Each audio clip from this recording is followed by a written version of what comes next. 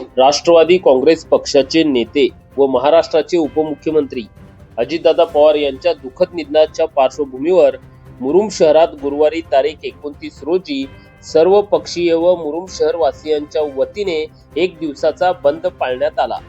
या बंदला नागरिकांचा उत्स्फूर्त प्रतिसाद मिळाला। मुरुम शहरातील प्रमुख व्यापारी संकुले, दुकाने, बाजारपेठा तसेच काही खासगी आस्थापना स्वयंस्फूर्तपणे बंद ठेवण्यात आल्या होत्या।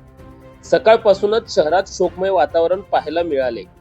छत्रपती शिवाजी महाराज चौक परिसरात तसेच विविध ठिकाणी नागरिकांनी एकत्र येत अजितदादा पवार यांना श्रद्धांजली अर्पण केली। एक दिवस आधी आयोजित करण्यात आलेल्या सर्वपक्षीय शोक सभेनंतर शहरवासियांच्या वतीने भावना लक्षात घेता बंदचा निर्णय घेण्यात आला होता। अजितदादा पवार यांनी आपल्या दीर्घ राजकीय व प्रशासकीय कारकिर्दीत जलसिंचन, कृषी, पायाभूत सुविधा, अर्थकारण व आपत्ती व्यवस्थापन अशा विविध क्षेत्रात घेतलेल्या निर्णयांमुळे महाराष्ट्राच्या विकासात महत्त्वपूर्ण योगदान दिल्याचे मत नागरिकांकडून व्यक्त करण्यात आले। बंदच्या दिवशी कायदा व सुव्यवस्थेचा कोणताही प्रश्न निर्माण होऊ नये यासाठी प्रशासन सतर्क होते।